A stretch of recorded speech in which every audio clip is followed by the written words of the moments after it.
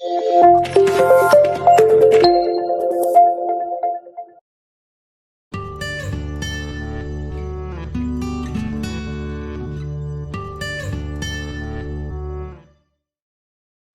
po ito Sunday service. Inaasahan nyo na ito ay punong-puno ng mga salita ng Diyos, exposition, mga challenges sa inyong mga pamumuhay.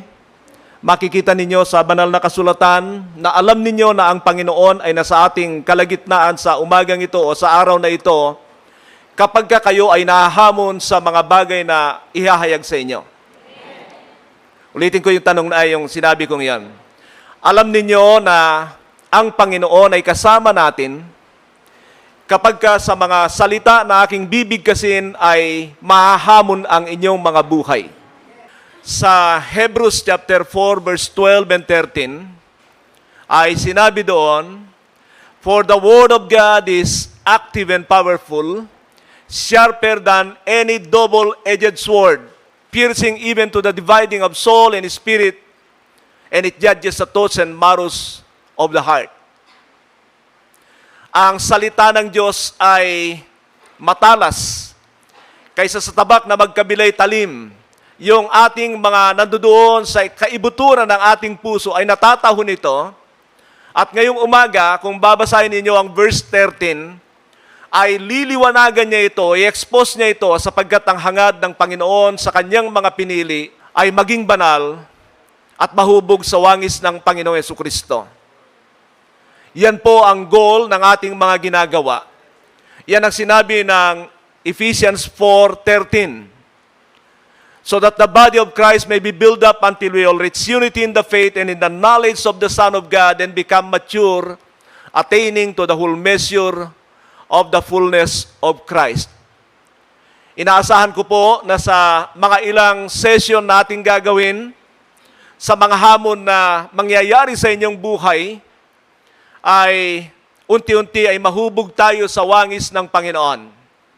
Pero tayo ay malilinis lang ng mga salita ng Diyos na ito habang ito ay pinapakinggan natin, tinatanggap natin at isasabuhay natin. The words that I have spoken to you, they are spirit and they are life, sabi ng Panginoon. And they are the agents to sanctify us as believers of the Lord Jesus Christ. So sa umagang ito, ay nais kong magpasimula sa isang topic na hindi ninyo inaasahan.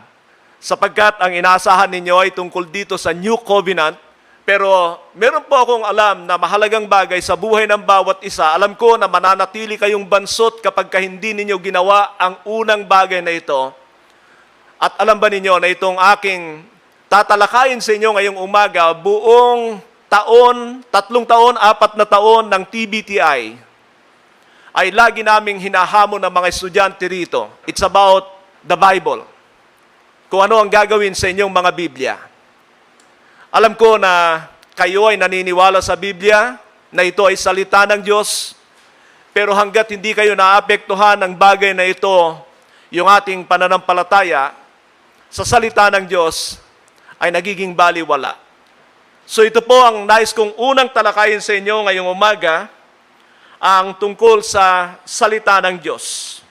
Muli ay nais kong sabihin sa inyo, ang mga tunay na nagkaroon ng encounter sa Panginoon ay nagkakaroon ng hamon sa kanilang mga buhay. Isang bagay sa dalawa ang maaring mangyari. Maaring tatalikod ka sa Panginoon katulad ng nangyari doon sa mayaman sa chapter 19 ng Matthew, na nung hamunin ng Panginoon tungkol sa kanyang Diyos-Diyosan, ang kanyang kayamanan, ay nalungkot na tinalikuran ng Panginoon. Subalit meron pang isang bagay na magandang mangyari sa buhay natin, na kapag itong mga salita ng Diyos na ito ay tatanggapin natin ng buong puso at handa tayong isa pamuhay, ay magkakaroon ng malaking pagbabago sa ating mga buhay. Why the true believers have to employ effort in knowing the Bible. Yan po ang aking tatalakayin sa inyo. Alam niyo, lahat naman ng mga nagsasabing Kristiyano ay naniniwala sila sa banal na kasulatan. Iginagalang nila ang Biblia. Subalit, ano ang ginagawa nila at higit sa lahat ay ano ang nangyayari sa kanilang mga buhay. Minsan ay walang nangyayari sa kanila at yan ang isang bagay na nakakalungkot sa ating kapanahunan, lalo na sa buhay ng mga Kristiyano. At alam ko na ang isang mananampalataya ay hindi magiging kagamit-gamit hanggat hindi pa niya natutunan na sa kanyang sarili mismo ay gumawa ng mga bagay para sa paglago niya kaugnay sa salita ng Diyos. Mamaya ay malalaman ninyo itong 8 bagay na maaari ninyong gawin sa banal na kasulatan upang kayo ay magsilago. Marahil ay naiisip ninyo na dapat ay basahin. Pero katulad ng sabi ko sa inyo, at least 8 ang dapat gawin ng bawat Kristiyano sa kanilang Biblia nang sa gayon ay talagang pakinabangan nila ang salita ng Diyos na ito. Bakit nga ba kailangan natin ang bagay na ito? Bakit nga ba kailangan natin ang Biblia? At alam po ninyo, ang unang-unang bagay ay dapat nating maunawaan na ito ay dahil sa ating kalalagayan. Ano ang ating kalalagayan? Ito po siya, our state. Humans were totally corrupted by sin. Humans were totally corrupted by sin. Malala ko yung sabi ni Apostol Pablo, there's nothing good lives in me. Walang mabuti na nananahan sa akin. And so mula nung mahulog ang tao sa kasalanan, ay kinakailangan niya ang salita ng Diyos upang sa gayon, at least, ay maibalik siya sa nais ng Panginoon. Ganito po ang sinabi ng Genesis chapter 2 verse 19 to 20, na kalalagayan ng tao. At kung titingnan natin, ikumpara natin ang ating mga sarili sa kalalagayan natin ngayon, ay makikita ninyo na napakalayo natin sa talagang disenyo ng Diyos sa atin. Genesis 2, 19 to 20. Now the Lord God had formed out of the ground all the wild animals and all the birds in the sky. He brought them to the man to see what he would name them. And whatever the man called its living creature, that was its name. So the man gave names to all the livestock, the birds in the sky, and all the wild animals. But for Adam, no suitable helper was found. Nakikita ba ninyo kung gaano katalino ang tao nung una? Na lahat ng bagay sa mundong ito ay pinagkatiwalaan siya ng Diyos na pangalanan ito. Wala siyang ballpen, wala siyang papel, at ako'y naniniwala, wala siyang makakalimutan. What a marvelous understanding, wisdom, or knowledge na talagang ang Diyos mismo ay kaya niyang tanggapin ang anumang ipangalan ni Adan sa mga hayop na ito. Pero kung titingnan ninyo, nang dumating ang anak ng Diyos sa mundong ito, kahit kailan ay hindi siya kumuha ng suggestion sa mga alagad niya. Mga alagad niya na ito, mga tinuturuan niya, pero most of the time ay mali ang kanilang mga inaakala sa mga bagay-bagay. There is only one time na nalugod ang Panginoon kay Pedro nang sabihin niya at sagutin ang tanong ng Panginoon, how about you? Who do you say I am? At ang sagot ni Pedro ay, Thou art the Christ, the Son of the living God. Sa bagay na yan ay napamangha ni Pedro ang Panginoon sapagkat ito ay kapahayagan ng Diyos sa kanya. At yan ay dahil marahil si Pedro ay tinitingnan niya at naniniwala siya na ito nga ang anak ng Diyos. Sa panahon na yon ay wala pa silang New Testament.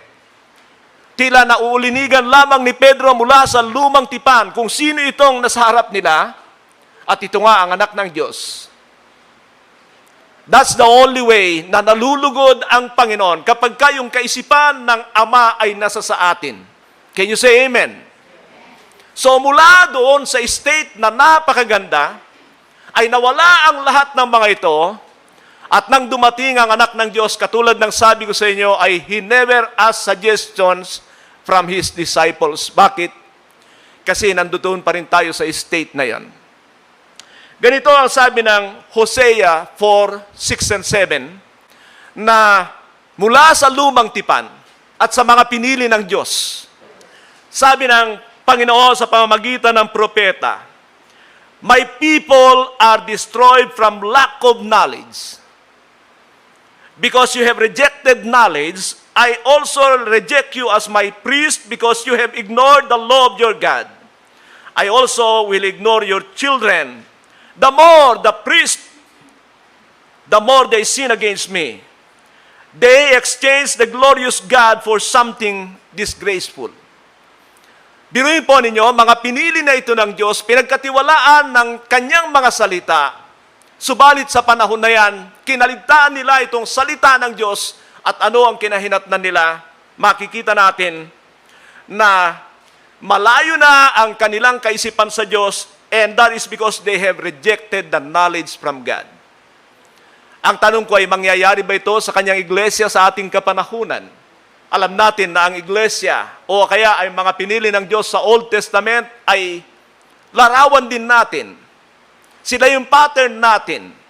Bagamat malaki ang kaibahan, pero makikita natin na sinasabi ng Panginoon sa kanyang mga pinili, nakaligtaan niyo ang aking mga salita, hindi ninyo ito pinahalagahan, at ito ang resulta ng inyong mga ginagawa. Tandaan niyo ang katotohanan ito, mga kapatid. Kapag tayo ay hindi nananangan sa salita ng Diyos na ito, lahat ng ating gagawin ay iisipin nating tama. Ulitin ko po yan. Kapag tayo ay hindi nanangan sa salita ng Diyos, iisipin natin na lahat ng ating ginagawa ay tama. At malamang ay rarasunan pa natin, ipagpilitan natin, at yan ay nakita ko na sa mga nagsasabing Kristiyano. At maging maingat tayo. Malala ko yung sabi ng Panginoon sa Jeremiah chapter 3 verse 15. I will give you shepherds that will lead you to knowledge and understanding. Ito ang mga pastor na totoo, na ang mga pinili ng Diyos ay dadalhin sila sa kaalaman at kaunawaan sa mga salita ng Diyos. Ang daming pastor sa ating kapanahunan na napakadaling dayain. Marahil ay nakikita ninyo yung aking mga post. Akala nila ay nanghuhula ako sa banal na kasulatan. Alam niyo, ayokong magmalaki. Subalit nakikita ko na ang kamangmangan ng tao ay naging daan upang dayain sila ng madali ng dyablo. Kinakalimutan ng marami ang sinabi ng Panginoon sa Matthew 24:24. And false Christ and false prophets shall appear, that even the very elect shall be deceived if that is possible.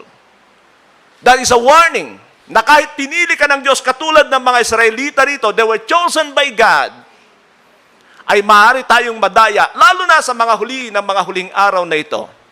We are in that point, the last of the last days. At nakikita natin ang pagdami ng mga mangangaral, salusalungat sa ating mga pinapanood sa Biblia. Ewan ko kung yun ang kinagigiliwan ninyo. Nandiyan ako minsan dahil gusto ko na malaman, makita kung gaano katindi ang pandaraya ng dyablo. At talagang, katulad sa panahon ni Elias, kung gaano karami ang mga bulaang propeta. Eto si Elias na mag-isa na tumatayo. Bagamat sinabi ng Panginoon kalaunan sa kanya na marami pa siyang propeta na hindi yumuyuko sa paanan ni Baal. Pero sila ay mga nagtatago, walang imik, walang masabi dahil malamang ay kulang sila sa salita ng Diyos. At naalala ko dyan yung sinabi na aklat ng Isaiah 56:10 na yung mga propeta doon, mga bantay doon ng bayang Israel ay hindi makatahol dahil hindi nila alam ang salita ng Diyos. Alam nyo, marami tayong napapanood sa video sa ating kapanahunan na akala natin ay tama sapagkat sila'y magsalita ng 2 minuto. At kapag nakita ng mga tao na ito'y tama, akalain nila na ang kabuuan ng kanilang mga tinuturo ay tama na. That is how the devil deceived people in these last days. Akala nila kapag may tama na, ay magiging tama na lahat. Ang dyablo ay alam niya ang bagay na yan. Ang dyablo ay hinahaluan lang niya ng patak-patak, ng lason, ang malinaw na tubig at tila napakalamig at napakasarap inumin. At marami ay sumusunggab dito. Kaya yung mga walang appetite sa salita ng Diyos na nagbababad, para alamin ang buong katotohanan, nanganganib kayo sa pandarayan ng kaaway. Can you say amen? Minsan ay naisip ko, ayoko nang mag-challenge, ayoko nang maghamon dito sa Facebook. Pero nakikita ko na kapag ka nanahimik ang mga, alam ko marami ring nangangaral ng katulad ko na talagang sinisiwalat nila ang katotohanan, tinutuligsa nila ang kamalian, pero alam ko na kapag ka hindi nagsipagsalita ang mga ito, talagang mamamayagpag si Satanas na dayain ng marami. Sa linggong ito, talagang nakikita ko, sinasabihan ako ni Satanas, fault finder ka. You are so proud. You are looking after, alam nyo, yung mga kamalian. And sabi ko, oo nga Lord, marahil. Kung ayaw ko nang gawin ito, sabi ko, mamamayagpag talaga si Satanas. So, nasa sa akin na yon. Ayaw kong mangako sa aking sarili, ayaw kong mangako sa Panginoon, but alam kong ang kaalaman sa salita ng Diyos ay responsibilidad. Na maging yung inyong matutunan dito ay responsibilidad po ninyo ito. Hindi ito para lamang matuto tayo, makaunawa tayo, kundi ito ay may sa buhay natin. Yan ang sabi ng Panginoon. At sinabi pa ni Apostol Pablo sa mga taga-Ephesus. Basahin ko lang po. So I tell you this, sabi niya, and insist on it in the Lord that you must no longer live as the Gentiles do. In the futility of their thinking, they are darkened in their understanding and are separated from the love of God, from the life of God, because of the ignorance that is in them due to the hardening of their hearts. Bagamat ito ay mga sinasabi ni Apostol Pablo tungkol sa hindi mananampalataya, ay makikita natin ang layo ng kaisipan ng tao sa Diyos. Na kapag ignorante siya sa pamamaraan ng Diyos, mabubuhay siya sa kanyang kagustuhan. At ang sabi rito ay talagang titigas ang kanilang mga puso sa mga kamaliang ito. Akala natin ay simple lang ang hindi pagsunod sa salita ng Diyos, pero unti-unti ay pinapatigas tayo ng kasalanan. Lalo na kapag nirarasanan natin ang kamalian, parang nagiging totoo. Ganyan ang nangyayari sa mundong ito. Ang mali kapag walang nagtutuwid ay nagiging totoo, tama sa mata ng mga tao. And so ito naman ang sinabi ng Apostol Pablo sa mga mananampalataya sa Roma. And do not conform to the pattern of this world, but be transformed by the renewing of your mind. Katulad ng sabi ko mga kapatid, ang kaisipan natin sa sanlibutan ito ay malayo sa Diyos. Na nung tayo'y sumampalataya, hindi automatic na alam natin ang banal na kasulatan na katulad ng akala ng marami. Tinanggap ko na si Jesus sa aking puso, nakilala ko na siya. Ganyan ang salita ng maraming mananampalataya kuno. No! Ang unang gagawin ng banal na Espiritu sa mga mananampalataya ay tuturuan sila sapagkat galing tayo sa maling kaisipan sa mundong ito na nirarasunan ng mali. At ang sabi ng Apostol Pablo, para mabago ang inyong kaisipan, para makalaya kayo doon sa maling kaisipan. Sabi niya, kailangang mabago ang inyong mga paradigm. Kaisipan natin galing sa san. Paano mababago ito, mga kapatid? Sa pamamagitan lamang ng salita ng Diyos. Yan ang sabi niya sa bandang huli, para malaman ninyo kung ano ang kalooban ng Diyos and where is the will of God. Nandito ito sa most rejected book na ito sa maraming Kristiyano.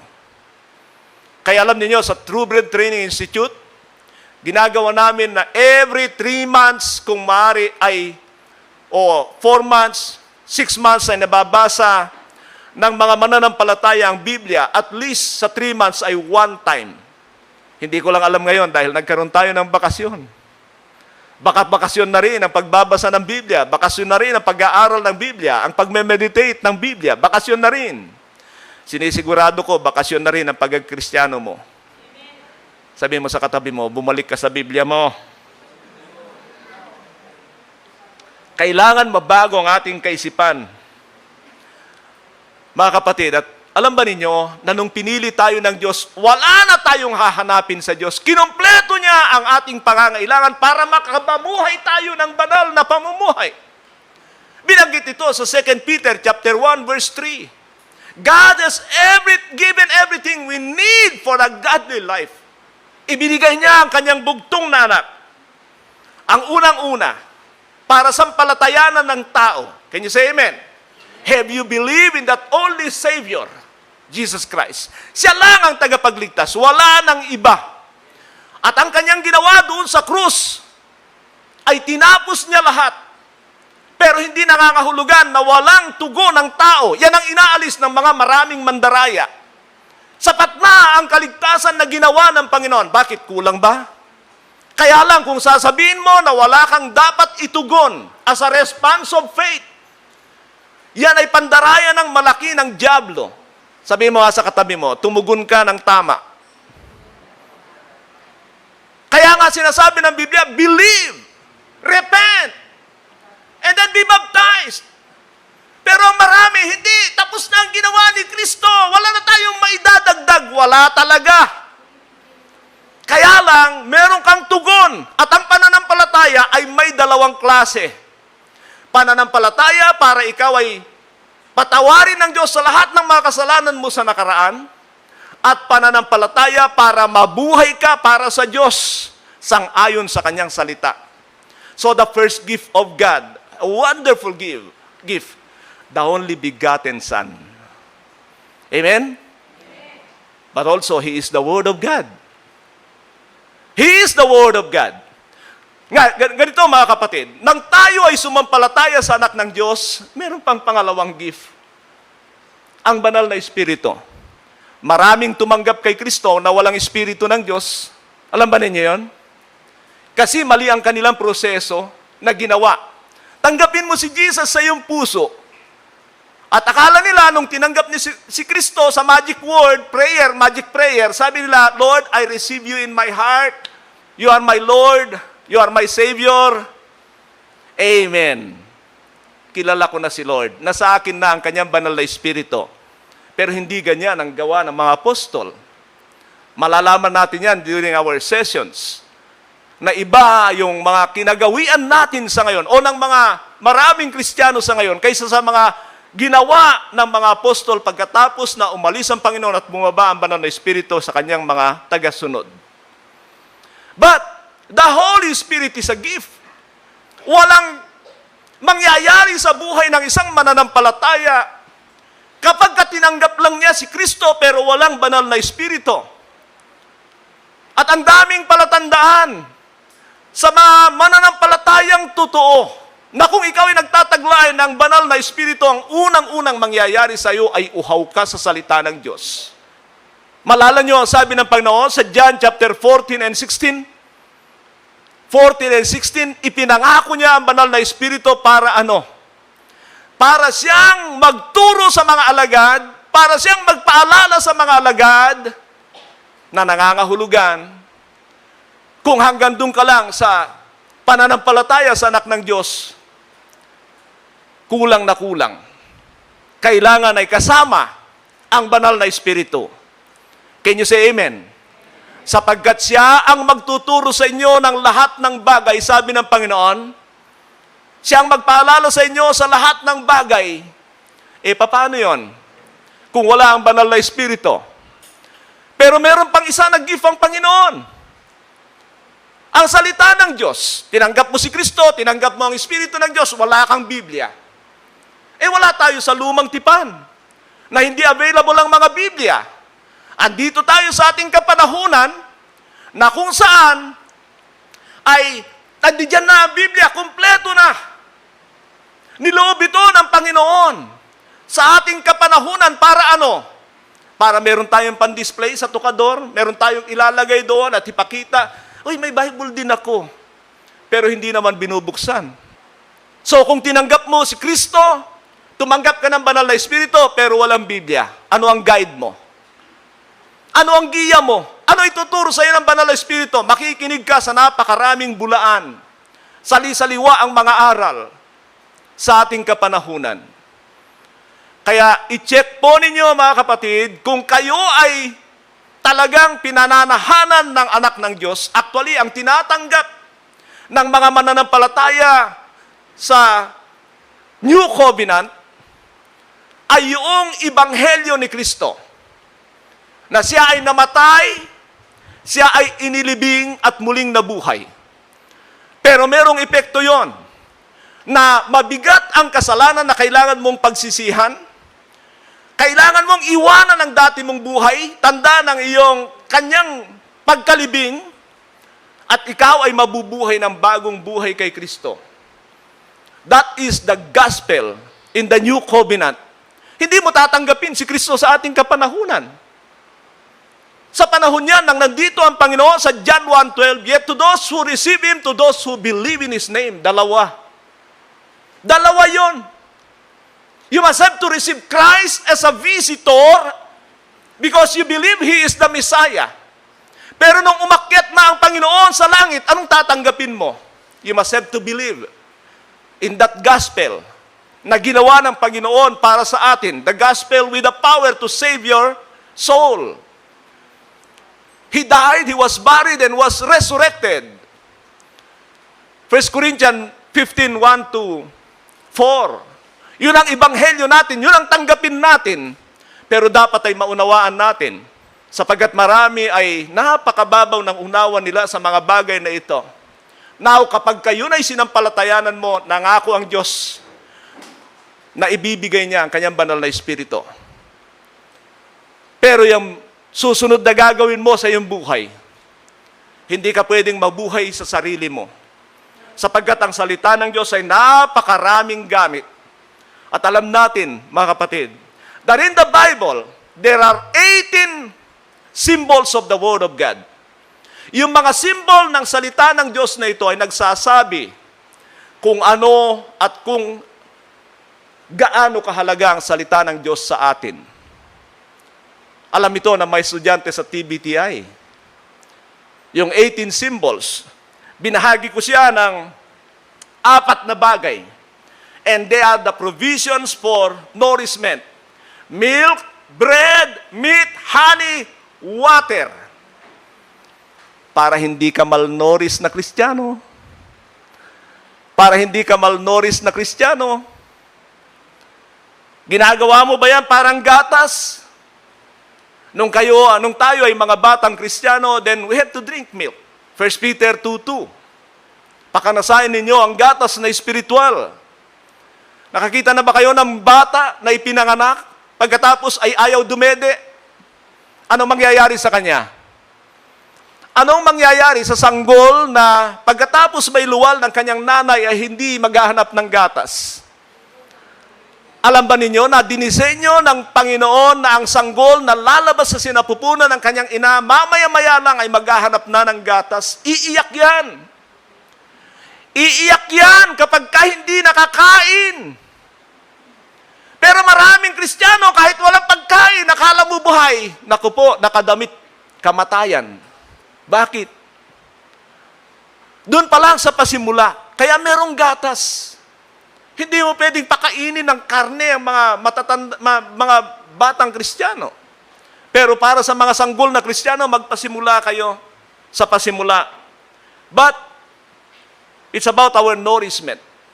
Kailangan manourish kayo, paalagaan kayo, pakainin kayo ng tama, kaya may tinapay, may karne, may honey, may dessert pa.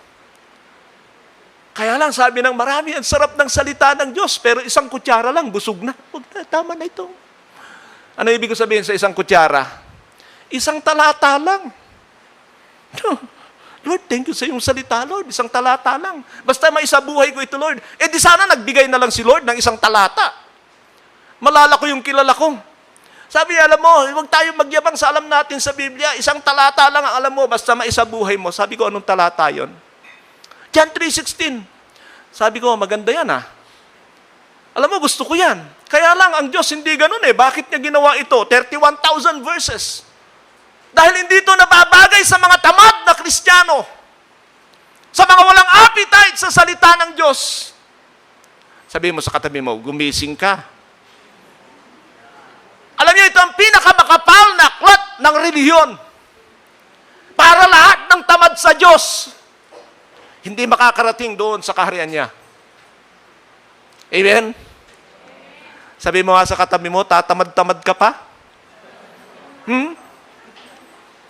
Hindi ka makakarating doon kasi kung ano ang gusto mong gawin, yun ang gagawin mo rito without the guide. Ito ang pinaka-guide natin. Ito ang pang-araw-araw na pamumuhay. Kailangan mo ito. Paano yun pag wala na si pastor? Wala na rin. Bahala na. Ay talagang mababahala ka talaga. We also have this armor, the sword of God. Tanging sandata na meron tayo laban sa kaaway. Remember Jesus Christ when He was tempted? Ano ang sagot ng Panginoon? It is written! It is written! It is written. Tayo. Palagay ko, akala ko, sa tingin ko, ang instinct ko, naku po, sabi ni Satanas, okay yan. Okay yan. Okay ka kay Satanas pag ganyan ang kaisipan mo. Wala kang basis sa salita ng Diyos.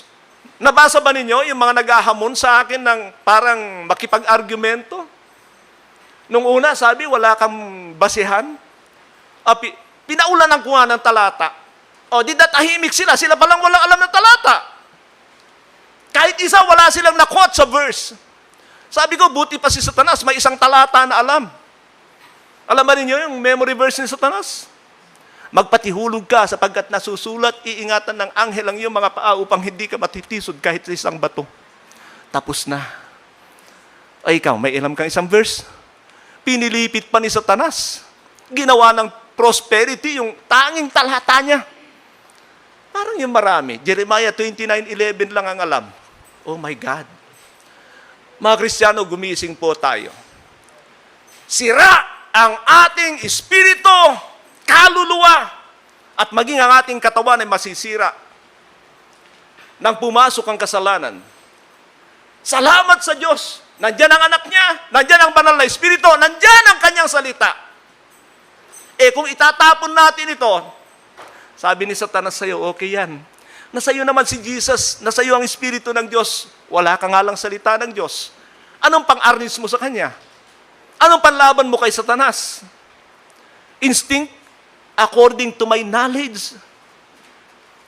Matagal ka nang pinagpapasasaan ng dyablo kapag kaganyan ang iyong kaisipan. Mga kapatid, medyo lalaktawan ko ito because I wanna cut this after 1 hour para sa ganon ay maibigay ko lang yung challenge that you need to go back to your Bible. Kanina nabanggit ko yung 8 bagay na gagawin ng bawat Kristiyano sa Biblia. 8! Sabihin natin, 8! Ilan ba ang alam ninyo? Ako'y naniniwala, alam ito ng mga estudyante. Pero mamaya, tingnan natin kung talagang naniniwala sila sa kanilang alam. Number 1, you need to read the Bible. Mapalad tayo mga kapatid, meron na tayong babasahin. Sa Old Testament, ang Panginoon, hindi ko alam kung may Biblia siya. Palagay ko, meron. Alam nyo, Pastor, paano mo nasabi? May nasusulat ba? Alam ni Kristo na siya ay hari At ang sabi ng Deuteronomy chapter 17, na kapag ka naglagay kayo ng hari, kailangang mangongopya siya ng mga kasulatan. And so Jesus knows that. Akala ko noon, basta si Jesus ay pupunta sa sinagoga at kausapin yung synagogue ruler at sasabihin niya, mag-recite ka nga sa akin ng mga talata. At pagkatapos ay sasabihin niya sa kanyang nanay, sa kanyang tatay, turuan niyo ko sa salita ng Diyos. Pero hindi. Ang Panginoon nagsusulat. Every time na may panahon na magsulat ng kasulatan, bilang alam niya na hari ng mga hari, ay magsusulat siya ng mga talata. Hindi natin ginagawa ito. Sino sa inyo ang kumukopya ng Biblia? Yan ang pangsyam ni Kristo. Yung reading, memorizing, yung applying, yung meditation, yung listening, yung study, yung pagtuturo, ginawa niya lahat ito. At yan ay para sa atin. Pero hindi na tayo dapat mangopya. Amen? Purihin ng Diyos. Hindi na tayo nagsusulat. Alam niyo itong Bible ko, matagal na ito. Hindi ko alam, baka makita ko, alam ko, kilala ko yung nagbigay nito, sana'y buhay pa. Katulad ko. 2003. So, 21 years old na itong Bible ko. Praise the Lord. Nawala pa ito dahil naiwanan ko doon sa iniwan ako ng 2 years. For 2 years, hawak ng isang kaibigan. At noong maibalik niya sa akin during the pandemic, dikit na, iisa na lang. Pag binuksan mo gano'n, sasama lahat. Pag binuksan mo gano'n, sasama lahat. Ibig sabihin, hindi nabuksan. Hindi niya pinakialaman. Mabait naman. Kailangan ko ito paghiwa-hiwalayin, plantyahin. At pagkatapos ay basahin muli. Sa wakas, nagkahiwa-hiwalay na. Pero nung nakita ko, during that time, bago mag-pandemic, nakita ko yung aking reading. Andito pa. 108 nung 2017. Last record ko rito. 108! Mga kapatid, ang dami nagsasalita na katulad ng aking sinasabi. Read your Bible! Study your Bible! How many times have you read your Bible? From Genesis to Revelation. Alam niyo, tumigil lang ako ng basa noong nagtayo na ng Bible School dito. Bakit? Kasi kailangan kong mag-aral. Iba na. And dito ko naunawaan ang maraming bagay na hindi ko narinig sa mga Kristiyano. Alam ito ng mga estudyante? I discovered that humans were created by God para ipalit sa mga rebeldeng anghel sa langit. That's the main purpose of human. Dahil may nagrebelde, si Satanas, sumama ang mga demonyo, kailangan niyang palitan nito sa pamamagitan ng mga katulad ng kanyang mga anak o katulad ng kanyang bugtong na anak. Kaya tayo, ang goal ng Kristyanismo natin dito sa mundong ito, to become like Christ. And to become like Christ, you need to know the laws of Christ, the laws of the kingdom. Ang dami nito, I never heard this from many preachers. Marami akong naging mentor. Pero alam ba ninyo ang katotohanan? Ang daming nagsasalita ng tungkol sa Bible reading, sa tungkol sa Bible studies, tungkol sa memorization, at kung ano-ano pa sa Bibliang ito. Pero ang totoo, yun ay para palabasin lang nila na parang sila gumagawa nito. Huwag tayong makiisa sa kanila. Amen? Baguhin natin ang ating pakikitungo sa aklat na ito. Because this is a very important gift of God. You cannot separate, inseparable. Hindi mo pwedeng paghiwalayin ang pananampalataya mo kay Kristo, ang pananahan ng banal na Espiritu, at ang pag-alam sa kanyang mga salita. Sinabi ng 1 John 2:27, as for you, the anointing you have received will remain in you. And that anointing will teach you about everything. Everything! Ayaw maging madamot ng Diyos. Kaya lang, kapag ka mga Kristiyano, walang gagawin. Alam niyo, ang kaligtasan, hindi yan yung one time. Because we need to live in faith, in response to what we learn from the Scriptures. Kung ano yung natututunan natin. Hindi naman kailangan alam natin kaagad lahat ito, pero ang Diyos, gusto niyang ituro ang lahat ng ito sa atin. Pero never without our response of belief. Kailangan sumasampalataya tayo na ito ay totoo. That's number one. Do you believe that the Bible is the Word of God? You need to read it. Do you believe that the Bible is the Word of God? You need to listen to it if you have the audio Bible. Do you believe that the Bible is the Word of God? You need to memorize it. You need to meditate on it. You need to study it. And then also to apply and to teach it to others. Ilan dyan ang ginagawa natin? Mga kapatid, ilan dyan ang ginagawa natin? You have not truly believed in the Bible. Kung ang ginagawa mo lang, babasahin mo, makikinig ka ng konti sa pagkatapos ay magbababad ka sa cellphone. Alam niyo yung cellphone na yan, mga kapatid, nakita ko salot yan. Sapagkat si Satanas nandun sa alapaap, kontrolado niya ang satellite. Dati ahas lang siya sa Garden ng Eden. Panglupa lang siya. Naging Leviathan siya. Ano yung Leviathan? Leviathan, the gliding serpent. Sa huling araw, binanggit siya doon sa Revelation chapter 12, basta dragon. Matanda na siya, nag-evolve siya, pero nandun siya sa alapaap. At yung alapaap na yun, kinokontrol niya. Sabi yan ng 1 John 5:19. The world is flooded with the lies and deceptions of the devil. Mga kapatid, kaya kapag kinaligtaan natin ito, ilalayo tayo ng dyablo sa ating tagapagligtas. Huwag kayong maniwala na dahil tinanggap ninyo si Kristo, tapos na. You have believed in the gospel. Yung gospel na yan ay nagbibigay ng buhay dahil ikaw ay palalayain niya sa kasalanan at patuloy na palalayain sa kasalanan. Can you say amen?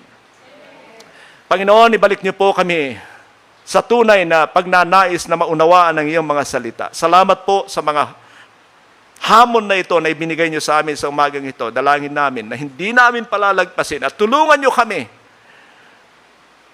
na magkaroon, O Diyos, na tunay na pag-ibig sa iyong mga salita. Binabalik namin sa iyo lahat ng karangalan, kadakilaan sa pangalan ng aming Panginoong Hesus. Amen.